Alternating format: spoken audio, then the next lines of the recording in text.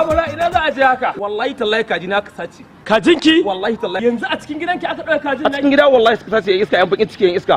Na ai kutubar buru ba wallahi kowa yana kama na rantsi Allah dan yawo. Kina ji na share da zan baki ɗaya ne kina ji na dan yawo. Wallahi ki je nan baya su goje su naga sun dauka mata. Kaidan Allah suna can wurin Allah ya mara da jama'a bai ganshi ba. Mai ladab shi ke bin na kan gaba. Mai hali ba zai bar halinsa ba.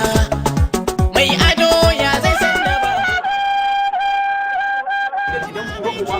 Idan furo ba ina in za a yi furo ba ne ke tsaye a yi na ɗaukar manka idan furo ba ne wallahi sai ku furo ba ne da rantsi da Allah. Kana mu wancan da yake su yi Kaji a gida a jira ɗaukar manka ne. wai baka ji cewa yake an satan mai kaji Wata talle kaji ko ka satan man kaji wallahi ku ne.